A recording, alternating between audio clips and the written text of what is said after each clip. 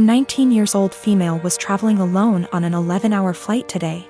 And a guy in his 20-year is in the same row as me.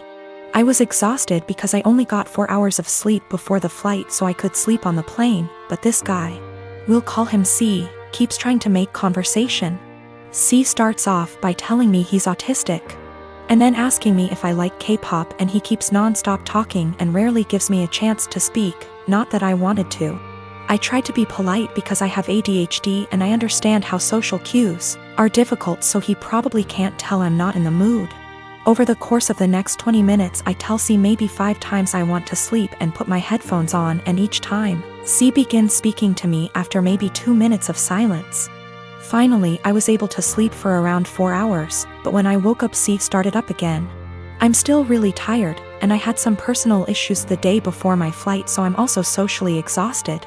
But I let him talk for a bit before I start watching a show on my phone. I tell him maybe 5 separate times that I'm trying to watch a show, and that I'm not interested in talking to him right now, but maybe later. C still keeps trying to talk to me, and when I snap a bit and tell him I'm getting a bit annoyed, he goes into a full-on self-hating, "I'm so sorry, I'm horrible, God, I'm just gonna shut up now" rant. And I feel bad because I should have been nicer to him, and I can understand emotions being too strong and spiraling. I tell C that it's okay, and I just want some time to myself as I'm not the chattiest person, but maybe later we can talk. I put my headphones on and watched my show, but C kept trying to speak to me, but this time I ignored him, which was honestly a shitty move from me, but I just didn't have the energy at this point to interact with him. This was the wrong move, as he moved to get out of the row and stood in the aisle and began yelling at me. I didn't catch everything he said, but it was along the lines of, "Why can't women believe not all men are bad? Some men are on your side. I'm a nice guy, why are you ignoring me?" He storms off to the bathroom, and I take that chance to ask a flight attendant if I can change my seat because he really freaked me out, and I didn't want to have a panic attack on a plane. The flight attendants were amazing and got my stuff and moved me far away from him. I feel like I'm TA because he does have autism, and I could have been more patient maybe, and ignoring him was a shit thing to do.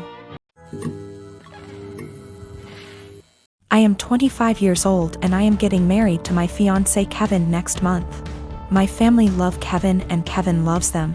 However, my mom is the brutally honest type who constantly dish out her opinions and thought on what people wear, how they look, how well off they are. Mostly negative, tasteless, backhanded comments. She says she can't help it and that no one should be offended when she's just being honest. When she met Kevin, she kept making comments about him, his car, his degree, etc. With time and strict conversations I was able to get her to show some respect. But she kept annoying Kevin by constantly talking about his hairless face. His face is clean, he doesn't have a beard or mustache, which he can be very insecure about. He comes from Irish origins, so he's white, he has no facial hair, while I'm Hispanic. Mom made jokes with her husband about how unmanly it is to not be able to grow a beard or a mustache. Those comments hurt Kevin so much. I had a very stern conversation with her, and she said, "Oh, I didn't realize those remarks were offending him, I was just teasing him," or, "You know me, I'm just giving my humble, honest opinion, so he shouldn't take it personal and should learn that this is how I am." She ended up sincerely apologizing to Kevin, and we left it at that. As the wedding is approaching, Mom decided to give Kevin a wedding gift and also to let him know how sorry she was for her past behavior. She invited the whole family for dinner and decided it was the perfect time to hand Kevin his wedding gift. He thanked her, but she insisted that he open it right there and then and show everyone what she got him since she knew him that well already. He opened the box and found a set of shaving tools with a shaving cream. Kevin stopped for a sec and kept staring at the gift. My stepdad took it and showed everyone, then Mom and others started laughing while stepdad kept saying, "You get the joke, Kev? You get it?" And my brother running around the table laughing with everyone. Kevin got up and walked out. I was so mad I lost it on Mom asking why she did that and humiliated Kevin in front of everyone. She told me to relax, she was just messing with him, but I said she knew how he felt about this topic and demanded she apologize, but she said no since she wasn't responsible for his reaction and thought he was going to laugh along. I angrily said no apology, no wedding invitation, period, then walked out. She freaked out, tried to say we overreacted to a joke, and my brother said I was crazy to exclude Mom from my wedding over something so stupid. He said Kevin should get over it since it was a joke, but I refused to send an invitation and withheld until / unless she apologizes. They think I'm unreasonable choosing this to be my hill to die on and called me disrespectful for how I treated my mom. I'd like to point out that my brother and stepdad and uncle sometimes take part in teasing Kevin. My brother, who's 31 years old, would sometimes either brag about his goatee mustache in front of Kevin or tell an indirect silly joke about this topic, which would irritate Kevin and just spoil any family gathering we have. But mom is the one who started this whole campaign, and I've already had conversations with her about it. So I live in a flat with 3 other people: childhood best friend, a guy from my uni course, and his cousin. For the most part we get along really well and rarely have disagreements. However, this has been a real point of contention lately. About 6 months ago I began a relationship with a guy I've known for a couple of years. I know it's still a fairly new relationship, but I really like him. He makes me really happy and we're pretty serious about each other. Up until recently, he would come visit me at my flat 3 to 4 times a week. This was mostly due to the fact that I have chronic fatigue and going on proper dates can be really challenging for me. Instead of going out to dinner or a film or whatever, we'd just chill in my room or the living room, watch TV and get takeout or cook together. I didn't really consult anyone about this because all the other flatmates have their partners over as often if not more so, and B, he rarely spends the night and usually leaves before 10 p.m. because of his work schedule. So the issue 2 weeks ago comes to me and tells me that I need to stop having my boyfriend over because it's starting to get annoying. I asked her why and she said it's irritating to have someone who doesn't live there skulking around all the time. I pointed out that her boyfriend sleeps over 3 nights a week and thus is here more often than mine, and she claimed that was different because they've been together for 11 years and are moving in together once her lease is up.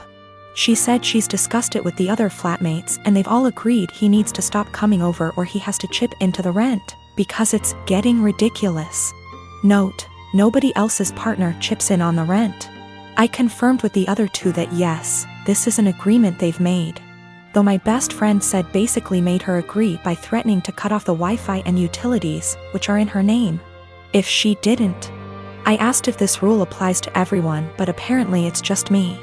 I pointed out that it's unfair and was basically told to deal with it. My potential assholery: I've begun loudly insisting that if my partner isn't allowed to come over, neither is anybody else's. If I answer the door to anyone's partner, I'll send them away. If I come home and someone's partner is there, I'll make a point to mention that I thought we weren't having partners who don't pay rent over anymore. I've asked boyfriend over and over how much rent he's paying and pretend to be affronted and make a fuss when he says he doesn't. Everyone's pretty pissed at me and is telling me I'm being unreasonable. I know I'm being petty, but I think it's unreasonable that there's one rule for me and another for everyone else, and I'm trying to make that point. Am I really the asshole here? Some questions people keep asking.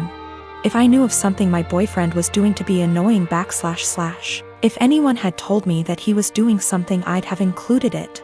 I'm not aware of anything he does, and when I ask why I doesn't like him, I just get a shrug and just do. I will also state I'm bi, and she's never had an issue with any female partners I've had. We don't hang out in the living room much. We literally only use it if there's something we want to watch that I can't get on my bedroom TV and there's nobody else in there. We use the kitchen more often than the living room, but honestly even that isn't that often. We eat far too much takeout pizza rip. A lot of people seem confused, so just clearing up who's who in the situation: the one who brought all this up is not my best friend. Not to get too much into a tangent, but basically just over a year ago I was moving out of halls at university and was looking for a new place, so we decided to move in together. At the same time, a dude from my course was looking for a flat share. We couldn't find a 3-bed but found a really nice 4-bed, and he mentioned his cousin was also looking for somewhere to live, so she got on board too. I only met her last year and we don't really know each other very well. By chronic fatigue I mean chronic fatigue syndrome. Sorry, that's apparently so unclear. I am part-timing in an IT company that is very close-knit. My boss Steven and his wife were always sweet. It was my first month and it was my boss's birthday week. So he and wife Melissa were kind enough to include me in this fancy dinner they were taking everyone to. A week prior to the dinner, Melissa added everyone to a group chat and asked whether we had any suggestions on where to eat. I told her that I am fine with anything as long there are vegetarian options available or at least chicken. They brought their daughter Steph to the dinner and she is a sweet little girl. Now Steph was really interested in me and she kept on asking me questions about how I look the way I look. Now I am short, 5 feet, but can be somewhat deemed as fit to today's generation. I was transparent with her and told her that I don't restrict myself to certain foods but rather eat everything in moderation. Plus I have a plant-based diet and home-cooked meals so that helps, and I also lift weights. Now Melissa overheard our conversation partially. She pulled me aside and told me that Steph was recovering from eating disorder, so she encouraged me to be honest with her and not lie to her and not to order anything that screams diet. When I saw the menu, there were little to no vegetarian options available. It didn't have anything for me. I was very disappointed and made a comment that, oh wow, there are no vegetarian options. Melissa chimed in and said that eating meat once in a while won't affect my weight. Now, when I say plant-based diet, it's not that I don't eat meat, but I only eat chicken maybe once a week as a side dish, and certain types of fish occasionally, but other than that I mostly eat vegetarian dishes. My food habits are not for my weight, but for my religion / culture. It has nothing to do with my weight. When the waiter came in, I was still glued to my menu when all the others had already ordered. Melissa said that, oh, she will have the duck too, and I interrupted and said that no, I will have the garden salad. I hate salads, but there were no other veg options. Melissa got quiet. After a few minutes she told me that I shouldn't have lied and lead on her daughter if I was going to order a skinny salad and starve myself. She said that I am just like those IG influencers who lie to impressionable young girls about their food habits and bodies, and I just proved that by ordering a salad after giving her daughter a "don't restrict yourself" speech, and I probably triggered her eating disorder.